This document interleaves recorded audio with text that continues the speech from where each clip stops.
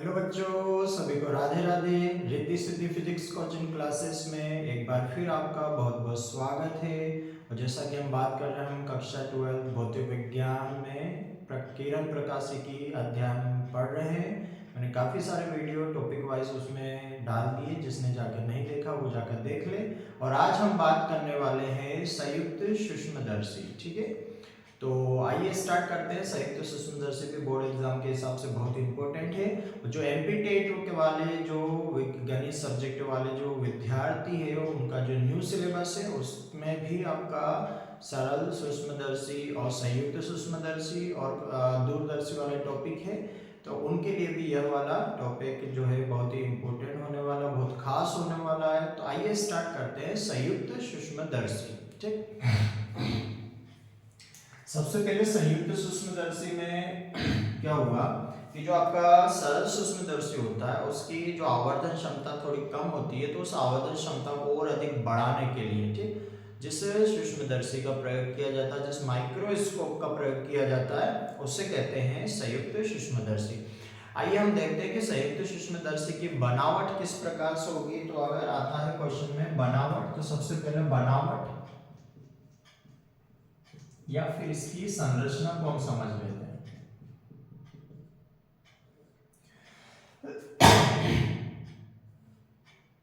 इसमें पीतल की दो समाक्षीय नलियां होती है इस प्रकार से।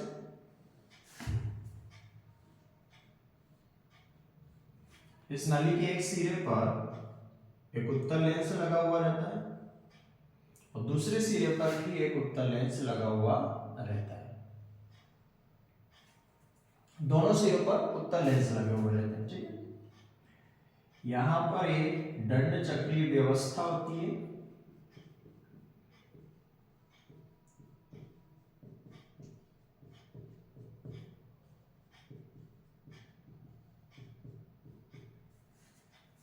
इस दंड चक्रीय व्यवस्था के द्वारा हम दोनों लेंसों के बीच की दूरी को आवश्यकता अनुसार संयोजित यानी कम ज्यादा कर सकते हैं। ठीक है, यह जो लेंस है आपका कम फोकस दूरी वाला होता है, यह अधिक फोकस दूरी वाला होता है। इसका द्वारक कम होता है, इसका द्वारक क्या होता है, अधिक होता है। और यह लेंस बिंब की ओर होता है, यानी वस्तु की ओर हम यह वाला लेंस रखेंगे, इसलिए इस लेंस को अभिदर्शक लेंस के नाम से जाना जाता है। कौन सा लेंस कहेंगे, अभिदर्शक लेंस। ठीक, क्यों कहते हैं अभिदर्शक लेंस, क्योंकि ये किधर की ओर होता है, बिंब की ओर। और इसको हम काय से दर्शाएंगे, इसको हम दर्शाते हैं LOC, ऑब्जेक्ट लेंस हो गया। यह जो लेंस है ये नेत्र की ओर रखा जाता है, इसलिए इसका नाम रखा गया नेत्रिका लेंस। नेत्रिका लेंस। ठीक, इसको हम LE से दर्शाएंगे। तो इस प्रकार से इसके सिंपल से बनावट या संरचना होती है। इसमें पीतल की दो समाक्षीय नलियां होती है। एक नली के दोनों नलियों के जो सिरे होते हैं उन पर उत्तल लेंस लगा हुआ रहता है। जो लेंस आपका बिंब की ओर होता है, वस्तु की ओर होता है, ऑब्जेक्ट की ओर होता है, उसे हम अभिदर्शक लेंस कहते हैं।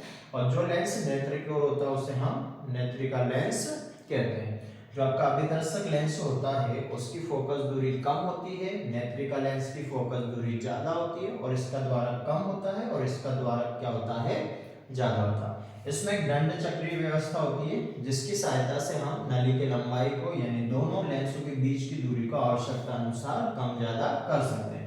दोनों लेंसों के बीच की यह जो दूरी है, ठीक है, इसका प्रकाशिक केंद्र मान लो E है और इसका प्रकाशिक केंद्र क्या है, O है। तो दोनों लेंसों के बीच का जो प्रकाशिक केंद्र, उनके बीच की जो दूरी होती है उसे कहा जाता है नली की लंबाई। ठीक, तो ये हो गया आपका संयुक्त सूक्ष्मदर्शी की बनावट या फिर संरचना। ऑब्जेक्टिव क्वेश्चन कैसे आ सकता है, ऑब्जेक्टिव क्वेश्चन ये आ सकता है कि भैया जो आपका संयुक्त सूक्ष्मदर्शी है उसमें अभिदर्शक क्या होता है, तो उसमें अभिदर्शक लेंस होता है, नेत्रिका भी क्या होती है, लेंस होते हैं। ठीक है, दूसरा ऑब्जेक्टिव क्वेश्चन आपसे यह पूछा जा सकता है कि संयुक्त सूक्ष्मदर्शी में नेत्रिका कौन से लेंस की जो फोकस दूरी होती है वो अधिक होती है या कम होती है। तो आपको ध्यान रखना, नेत्रिका लेंस की फोकस दूरी अधिक है, बड़ा लेंस अधिक फोकस दूरी होगी, द्वारक अधिक होगा। और अभिदर्शक लेंस की जो फोकस दूरी हो जो द्वारक होता है वो इसकी तुलना में क्या होता है, कम होता है। ठीक है, तो ये हो गया प्रकार। और नली की लंबाई, ट्यूब की लंबाई किसे कहते हैं, तो दोनों अभिदर्शक लेंस और नेत्रिका लेंस दोनों के प्रकाशिक केंद्रों के बीच की यह जो दूरी है, प्रकाशिक केंद्र से तो अपने को दूरी मापना है, इसी दूरी को क्या कहते हैं, नली या ट्यूब की लंबाई कहते हैं। ठीक, तो ये हो जाएगा आपका संयुक्त सूक्ष्मदर्शी की बनावट या संरचना हो गई।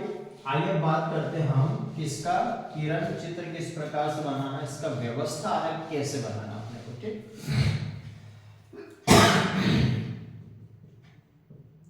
दूसरे नंबर पे हम बात कर रहे हैं किरण चित्र या फिर इसको क्या कह सकते हैं हम, व्यवस्था आरेख।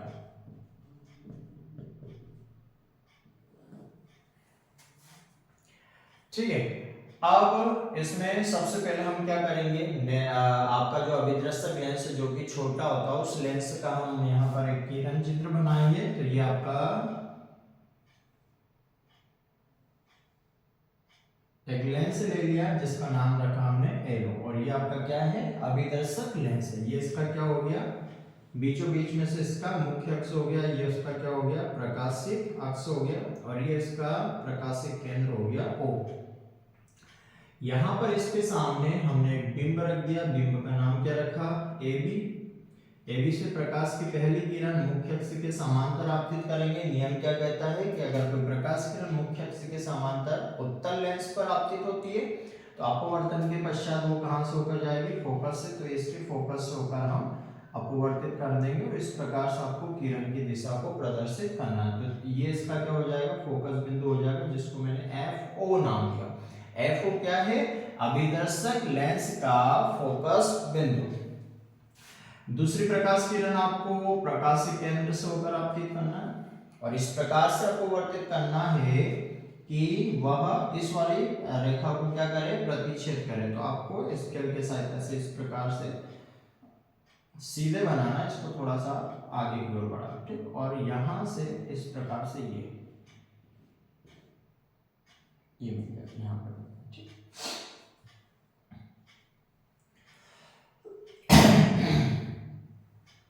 तो यहाँ पर प्रतिच्छेद कर रही है अपवर्तित प्रकाश किरण, तो यहाँ पर हमको क्या करना है, इस प्रकार से हमने एक प्रतिबिंब बना दिया और इस प्रतिबिंब का नाम दिया A1 और B1।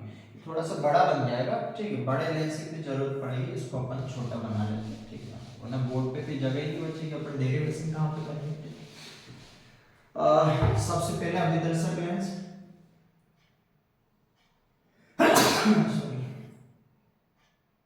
ये इसका मुख्य अक्ष होगी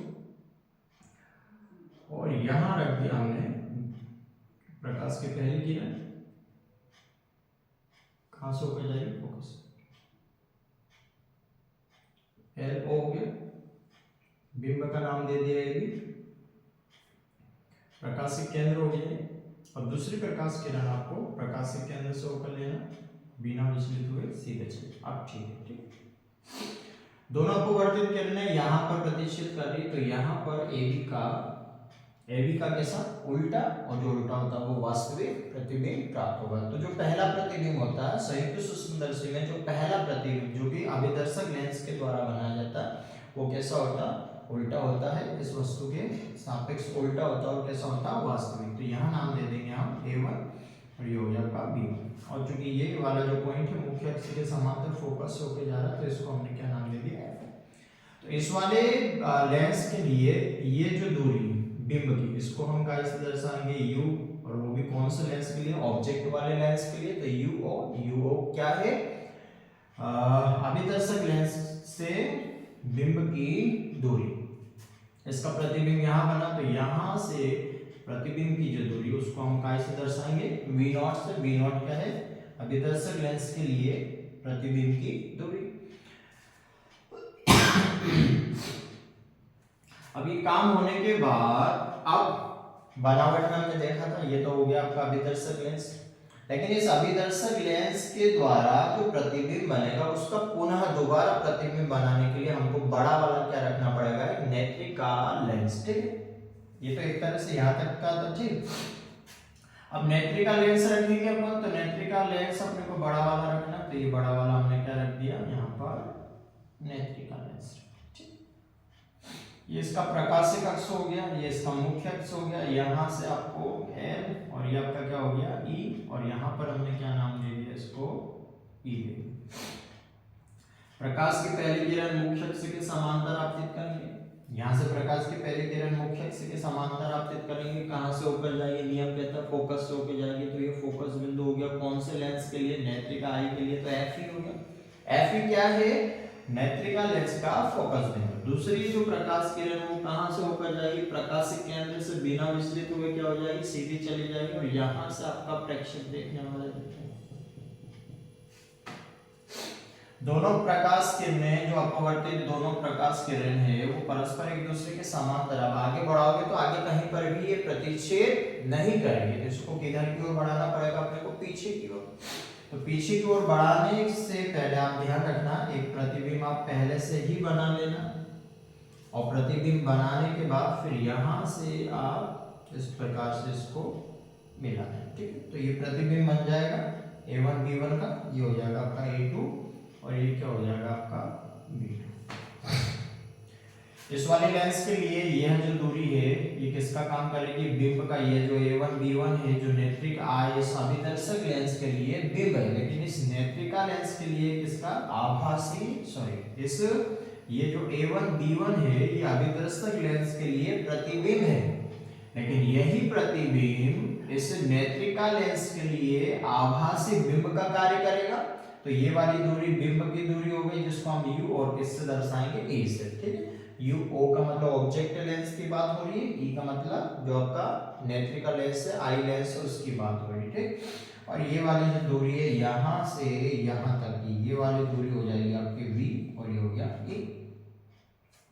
ठीक, तो इस प्रकार से यह आपका किरण चित्र तैयार हो जाएगा, और आवर्धन क्षमता में अल्फा बीटा मैंने अच्छी तरह से सरल सूक्ष्मदर्शी में समझाया हुआ है कि प्रतिबिंब के द्वारा नेत्र पर बनाया जाने वाला दर्शन कोण तथा बिंब के द्वारा नेत्र पर बनाया जाने वाला दर्शन कोण, जबकि बिंब कहाँ रखा हुआ हो, स्पष्ट दृष्टि की न्यूनतम दूरी यानी कैपिटल D पर, और जिसका मान कितना होता है 25 सेंटीमीटर। ठीक है, तो इस वजह से यहाँ पर बिंब कौन सा, इसमें ओरिजिनल हमारा बिंब ऑब्जेक्ट था वो कौन था, AB। तो बिंब के द्वारा यहाँ पर ये जो आपका O है यहाँ पर बनाया जाने वाला ये जो एंगल है, तो बिंब के द्वारा बनाया जाने वाला दर्शन कोण किससे दर्शाएंगे, अल्फा से। और प्रतिबिंब यहाँ पर ये A1 B1 भी और A2 B2 भी, तो हम अंतिम प्रतिबिंब की बात करेंगे, सेकंड नंबर का अंतिम प्रतिबिंब ये। तो इससे जाने वाली दो प्रकाश किरण, कौन सी प्रकाश किरण, ये प्रकाशिक केंद्र तक जा रही है ये वाली, तो यहाँ पर जो एंगल बनेगा वो आपका बनेगा बीटा। एक ये हो गया अल्फा और ये हो गया आपका बीटा। और चूंकि ये अल्फा है तो शीर्षाभिमुख कोण, वर्टिकल अपोजिट जो एंगल होता है, तो ये वाला भी क्या हो जाएगा आपका अल्फा हो जाएगा। ठीक, तो इस प्रकार से ये आपका किरण चित्र तैयार हो गया, बोर्ड एग्जाम में 1 नंबर इसी का रहता है। ठीक है, तो इसको अच्छी तरीके से एक बार प्रैक्टिस कर लेना, बनाते समय ध्यान रखिएगा जो आपका ऑब्जेक्ट लेंस है वो छोटा होना चाहिए, और जो आई लेंस है वो आपका क्या होना चाहिए, बड़ा होना चाहिए। ठीक, आइए आगे स्टार्ट करते हैं आवर्धन। तो आवर्धन का पूरा अच्छी तरीके से मैंने आपको समझाया हुआ कि दर्शन कोण क्या होता है, दर्शन कोण बनने पर, दर्शन कोण बढ़ाने पर आवर्धन क्षमता का मान कैसे बढ़ेगा। ठीक है, प्रतिबिंब की लंबाई पर क्या प्रभाव पड़ेगा, तो वो आप पिछले वाले वीडियो में जाकर देख लीजिएगा।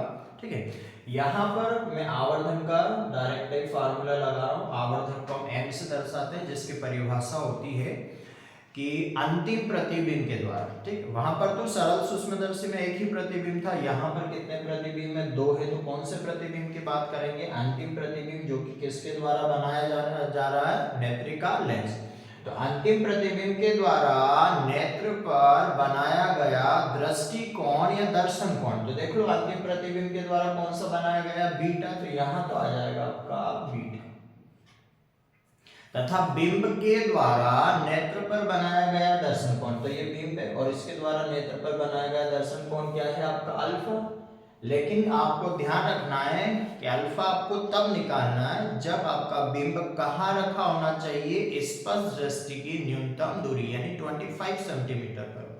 हम यहाँ पर लिख देंगे जब बिंब डी पर हो, ठीक है, तो ये ध्यान ये होगा। अब चूंकि ये जो अल्फा है, अल्फा तथा बीटा ये क्या होता है, अति अल्प होते हैं।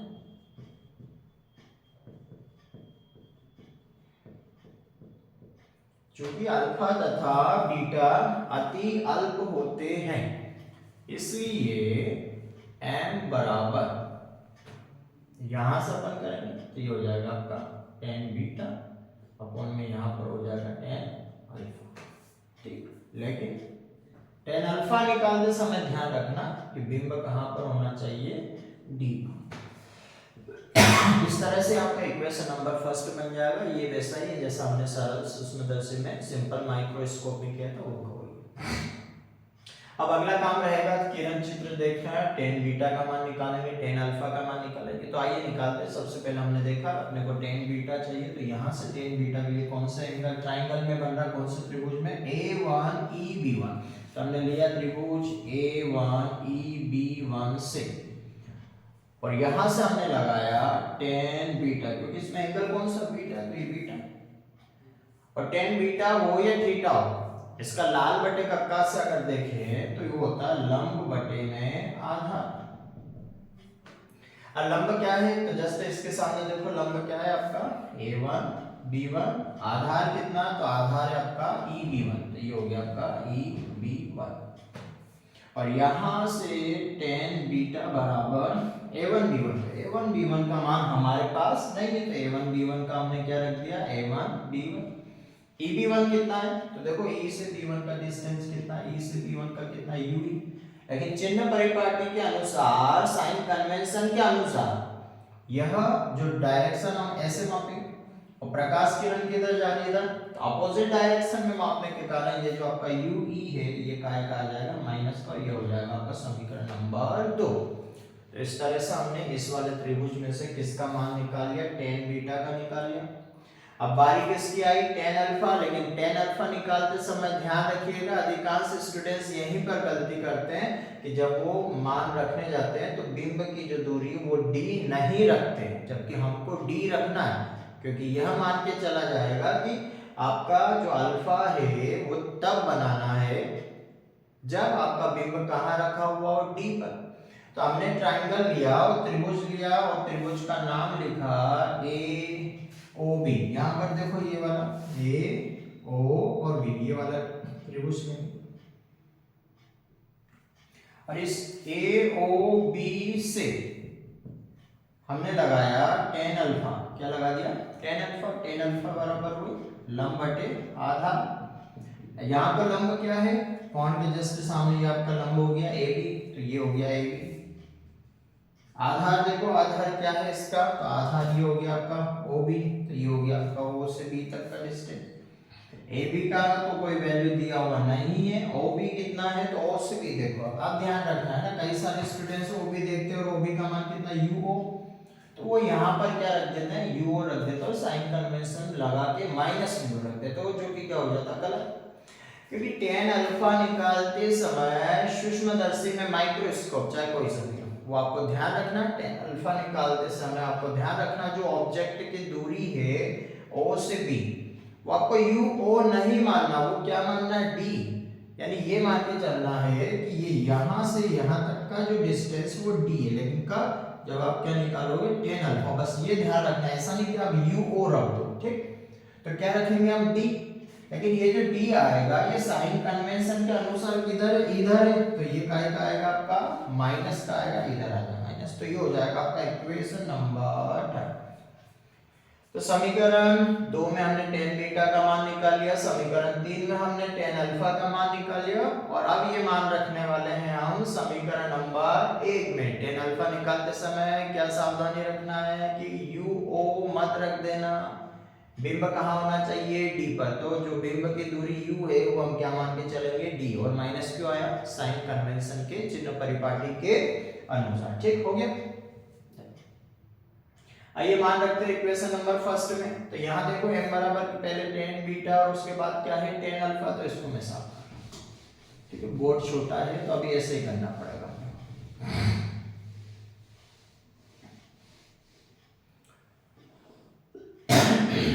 समीकरण 2 और 3 का मान किसमें, समीकरण 1 में। तो m बराबर ऊपर क्या था समीकरण 1 में, tan बीटा। तो tan बीटा का मान देखो क्या है यहाँ पर, a1 b1 माइनस का u और क्या हो गया e। बटे में क्या है tan अल्फा। tan अल्फा का मान क्या है ab और बटे में क्या हो गया माइनस का d। तो ये मैंने समीकरण नंबर 1 में tan बीटा और tan अल्फा का मान रख दिया। मान रखते समय ध्यान रखना पहले tan बीटा का रखेंगे उसके बाद tan अल्फा का। ठीक, अब इसको सॉल्व करेंगे अपन। यहीं पे कर देता हूं मैं, a1 b1 अपॉन में माइनस का ud। इस भागफल को मैं काय में चेंज करूंगा, गुणनफल में माइनस d कहां जाएगा ऊपर, और ये जो आपका ab है ये कहां आएगा नीचे। माइनस से माइनस क्या हो गया कैंसिल। ठीक, तो m बराबर आपके पास बचेगा a1 b1 अपॉन में ab और मल्टीप्लाई में इधर आएगा d अपॉन में क्या आ गया ue। ये हो गया आपका समीकरण नंबर 4। ठीक, अब a1 b1 और ab का मान तो हमको दिया हुआ नहीं है तो इसका मान निकालना पड़ेगा। तो जब मैंने पिछले वीडियो में आपको दर्पण समीकरण स्थापित करना बताया था तो वहां पर मैंने बताया था कि अगर कोई दो त्रिभुज है, उन दो त्रिभुजों के कोई से भी दो कोण अगर बराबर है तो वो त्रिभुज क्या कहलाते हैं, समरूप त्रिभुज कहलाते हैं। ठीक, और अगर दो त्रिभुज समरूप है तो उनकी भुजाओं का, उनके संगत भुजाओं का जो अनुपात होता है ना, भुजाएं बराबर नहीं होती, भुजाओं का जो अनुपात होता है वो क्या होता है, बराबर होता है। आइए यहाँ पर देखते हैं, ऐसे ऐसे दो त्रिभुज देखेंगे जिसमें a1 b1 और ab आ जाए। ठीक है, तो देखो यहाँ पर किरण चित्र में ध्यान से देखो कि एक तो ये वाला त्रिभुज देखो आप a b o। ठीक, और ये वाला देखो a1 b1 a1 b1 और o दिखाई दे, एक तो आपका a b o ये, और एक आपका a1 b1 o। इसमें यहाँ 90 है तो यहाँ पर भी कितना 90। तो दोनों त्रिभुज में ये एक एक कोण तो बराबर हो गया। उसके बाद यहाँ अल्फा है तो ये भी क्या है आपका अल्फा है। ठीक, तो ये अल्फा भी बराबर हो गया। तो अगर दो त्रिभुज में कोई से दो कोण बराबर हो तो वो दोनों त्रिभुज कैसे कहलाते हैं, समरूप त्रिभुज कहलाते हैं। तो जो आपका त्रिभुज ए बी ओ तथा ए बी ओ ये समरूप है किसके, a1 b1 o के।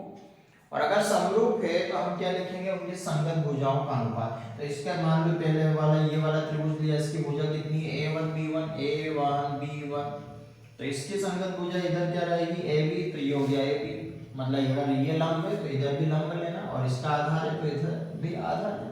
मतलब पहले त्रिभुज का लंब बटे में दूसरे त्रिभुज का लंब बराबर में पहले का आधार। तो आधार क्या हो गया भैया o से कितना हो गया b1। तो ये रखा हमने o से b1, और दूसरे का आधार आपका ob। मैं इसको पहला मान के चल रहा हूँ, इसका दूसरा, ऐसा जरूरी नहीं है, आप इसको भी पहला मान सकते हो। इसको आपने को तो मान क्या लेके आना, ये लेके आना a1 b1 अपॉन में ab। दूसरे का आधार क्या है, तो दूसरे का आधार है ob। ठीक, तो यहाँ से a1 b1 अपॉन ab, इसका मान क्या आने वाला देखो ob1। देखो यहाँ से o से b1 का डिस्टेंस देखो कितना है v0, और चूंकि हम डिस्टेंस ऐसे माप रहे हैं, आपका जो रे है वो भी ऐसे जा रहा है सेम डायरेक्शन में, तो ये जो v0 आएगा ये आपका काय का आएगा प्लस का। ठीक है, किसका आएगा प्लस का। इसके बाद o से b तक का डिस्टेंस, तो o से b तक का डिस्टेंस ऐसे अपोजिट डायरेक्शन में, तो ये जो u0 है। ठीक, अच्छा tan अल्फा निकालते समय o से b तक का मान हमने d रखा था, क्योंकि उसमें शर्त होती है कि जब बिंब के द्वारा बनाया गया जो दर्शन कोण है वो तब लेना है जब बिंब कहाँ रखा हुआ हो d पर। लेकिन यहाँ पर ऐसी कोई शर्त नहीं, इसलिए OB का मान हम क्या रखेंगे u0, और चिन्ह परिपाटी के अनुसार है, साइन कन्वेंशन के अनुसार ये कैसा आएगा आपका माइनस का आएगा। तो ये माइनस का हो गया v0 अपॉन में u0। अब ये वाला आपका जो समीकरण नंबर 5 है इसका मान रखेंगे हम समीकरण नंबर 4 में। ठीक, तो समीकरण 5 का मान समीकरण 4 में रखने पर ऐसा लिखने के बाद m बराबर क्या आएगा, a1 b1 अपॉन ab बराबर क्या है, v नॉट u नॉट, वो भी क्या आएगा माइनस का, और d अपॉन में क्या हो गया आपके पास ue, ये हो गया आपका समीकरण नंबर 6। यानी ये हो गया आपका व्यापक सूत्र, ये संयुक्त सूक्ष्मदर्शी की क्षमता का व्यापक सूत्र हो गया। ठीक, देख लेंगे।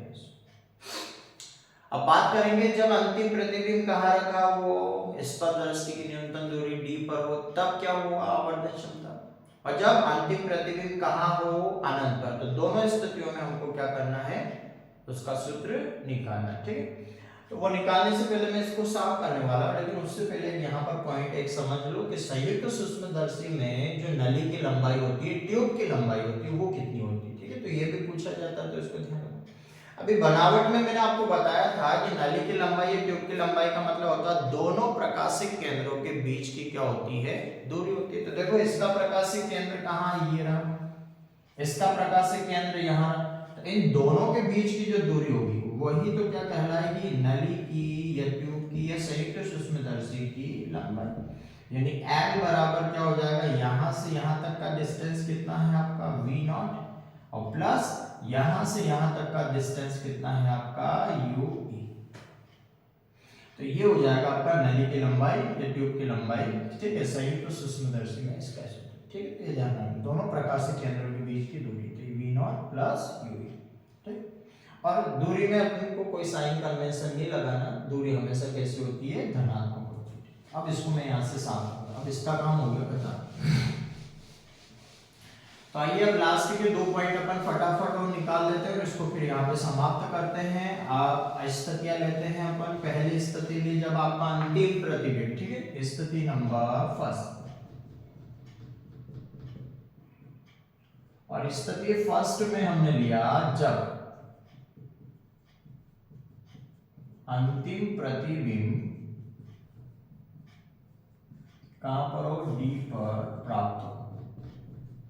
जब अंतिम प्रतिबिंब D पर प्राप्त हो तब आपको बताना है संयुक्त सूक्ष्मदर्शी की आवर्धन क्षमता क्या होगी। तो जैसा हमने सरल सूक्ष्मदर्शी में लेंस सूत्र लगाया था, यहाँ पर भी लेंस सूत्र 1/f = 1/v - 1/v प्लस आ जाए तो वो क्या हो जाएगा आपका दर्पण। इससे हमने लेंस सूत्र लगाया। ठीक, अब ये देखो लेंस सूत्र किसके लिए लगाया था, लेंस तो आपका अभिदर्शक भी है LO, लेंस आपका नेत्रिका भी LE, लेकिन यहाँ पर जो बात हो रही है वो किसकी हो रही है, अंतिम प्रतिबिंब की। किसकी, अंतिम प्रतिबिंब। और अंतिम प्रतिबिंब कौन से लेंस के द्वारा बनाया जा रहा है, नेत्रिका लेंस LE के द्वारा। तो जो लेंस समीकरण लगेगा वो नेत्रिका लेंस के लिए लगेगा, यानी E के लिए। तो 1/f की जगह 1 क्या हो जाएगा, FE, यानी नेत्रिका लेंस की फोकस दूरी।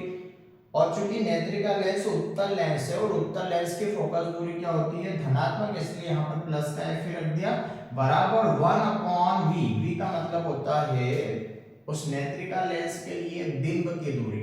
ठीक है, लेकिन उसने साफ साफ कहा है कि अंतिम प्रतिबिंब, सॉरी, v का मतलब होता है नेत्रिका लेंस के लिए प्रतिबिंब की दूरी। किसका होता है, प्रतिबिंब की दूरी को हम v से दर्शाएंगे। तो यहाँ पर लिखा हुआ कि अंतिम प्रतिबिंब कहां पर हो, D पर। इसका मतलब जो नेत्रिका लेंस है उसके लिए प्रतिबिंब की दूरी को क्या मान के चलना है, D मान के चलना। ठीक है, अंतिम प्रतिबिंब यानी जो प्रतिबिंब आ गया तो V, और V आपको क्या मानना है, D मानना है, क्योंकि D पर रखा हुआ। लेकिन ये जो D है तो आप देखोगे कि जो आपका नेत्रिका लेंस था उसके लिए अंतिम प्रतिबिंब किधर की ओर प्राप्त हो रहा था, बाईं ओर प्राप्त हो रहा था। और साइन कन्वेंशन के अनुसार अगर देखें तो ये D का आएगा आपका माइनस का, इसलिए यहाँ पर हमने क्या लगाया, माइनस का D। एक तो D क्यों आया, क्योंकि अंतिम प्रतिबिंब कहाँ पर हो, D पर, तो V बराबर क्या हो जाएगा आपका D। और माइनस क्यों आया, साइन कन्वेंशन के अनुसार, है ना, ये इधर की ओर रखा हुआ। और माइनस का माइनस 1/u।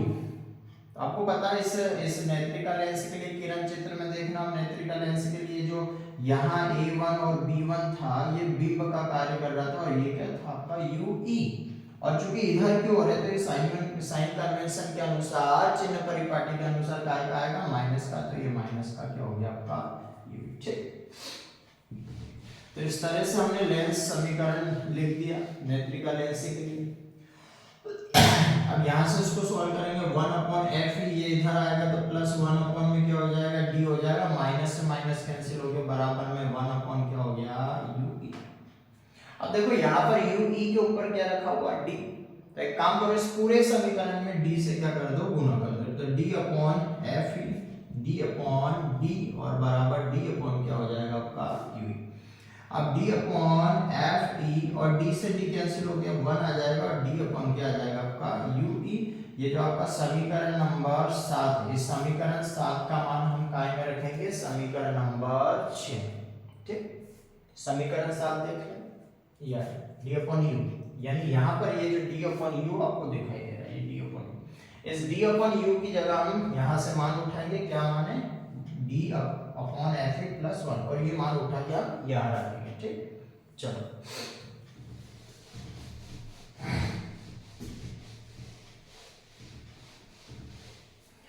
तो भैया m बराबर क्या है, -v0 अपॉन में क्या है, u0, और यहाँ पर जो d और अपन u, उसकी जगह हम क्या रखने जा रहे हैं, 1 + d/में fe, और ये हो जाएगा आपका आवर्धन क्षमता का सूत्र, जब अंतिम प्रतिबिंब कहाँ पर हो, d पर।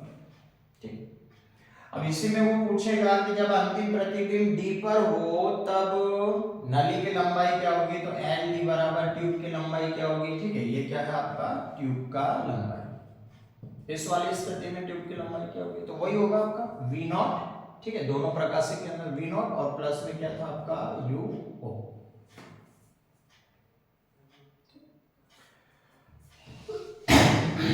सेकेंड वाली स्थिति देखो, दूसरी स्थिति में अब अंतिम प्रतिबिंब कहाँ जाएगा, d पर आ गया, न्यूनतम दूरी पर, अब कहाँ जाएगा, अधिकतम अनंत पर। जब अंतिम प्रतिबिंब कहाँ पर हो, अनंत पर हो, तो आप बताओ कि अगर प्रतिबिंब अनंत पर है, ठीक है, यानी v बराबर क्या है, इन्फिनिटी, v बराबर इन्फिनिटी, जब प्रतिबिंब अनंत पर है तो याद करो बिंब कहाँ रखा होगा, मैंने हर एक में बताया, चाहे दर्पण हो चाहे लेंस हो, अगर फोकस बिंदु पर रखोगे तो प्रतिबिंब कहाँ बनेगा, अनंत पर। अगर बिंब अनंत पर है तो प्रतिबिंब कहाँ बनेगा, फोकस पे। ये संयुग्म बिंदु होते हैं एक दूसरे के, यहाँ रखोगे तो वहां बनेगा। तो अगर प्रतिबिंब आपका अनंत पर बन रहा है तो समझ जाना कि आपका जो UE है, यानी नेत्रिका के लिए जो बिंब है वो कहाँ रखा हुआ है, उसके फोकस बिंदु पर रखा हुआ है, यानी UE की जगह हम क्या रखेंगे, F। तो जो आपका समीकरण नंबर 6 था, व्यापक सूत्र आया था, उसमें जहां पर UE है वहां पर आप F ही रख दो, तो क्या आ जाएगा आपका m इन्फिनिटी बराबर क्या था वो, माइनस का v0 और u0, और इनटू में क्या था d, और अपॉन में UE था, तो UE की जगह क्या आ जाएगा, F लिया। संयुक्त सूक्ष्मदर्शी की जो आवर्धन क्षमता होती है वो कैसी होती है, ऋणात्मक होती है भैया, जबकि सरल सूक्ष्मदर्शी की आवर्धन क्षमता कैसी होती है, धनात्मक होती है। ठीक, और यहाँ अगर ट्यूब की लंबाई पूछे इस वाली स्थिति के लिए, तो L इन्फिनिटी बराबर क्या होगा आपका v0 का, तो v0 आ जाएगा।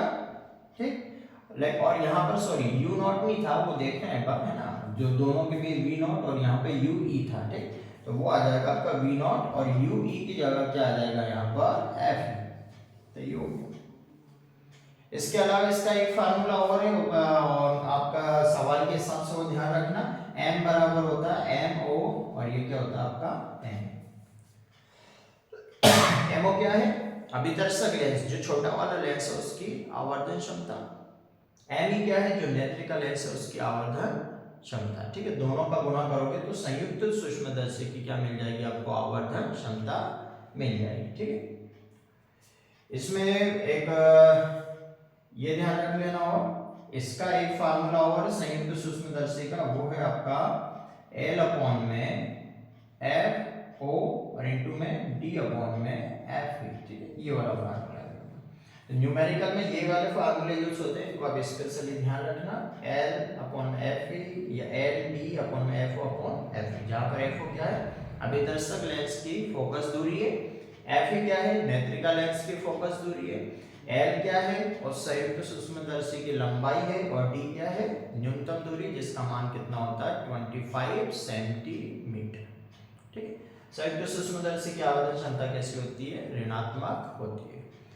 तो ये आपका संयुक्त सूक्ष्मदर्शी का जो इम्पोर्टेंट बोर्ड एग्जाम में आने लायक क्वेश्चन था उसकी मैंने बनावट बता दी आपको, किरण व्यवस्था आपको समझा दिया, किस प्रकार से उसका व्यापक सूत्र आवर्धन का व्यापक सूत्र निकालते हैं, किस प्रकार से नाली की लंबाई है दोनों ही स्थितियों में निकालते हैं, और बाकी इसके अलावा ये जो दो फार्मूले एमओ एमई और ये इस वाले फॉर्म में, तो ये दोनों फार्मूले आपको ध्यान रखना। ठीक है, तो पढ़ते रहिए भैया, आप समय बहुत कम बचा हुआ है, आप जुड़े रहिए, और जिन स्टूडेंट्स ने विद्यार्थियों ने सब्सक्राइब नहीं किया है वो मेरे चैनल को सब्सक्राइब कर दे और बेल आइकन को जरूर दबा दे ताकि आपको वीडियो की अपडेट मिलते रहे।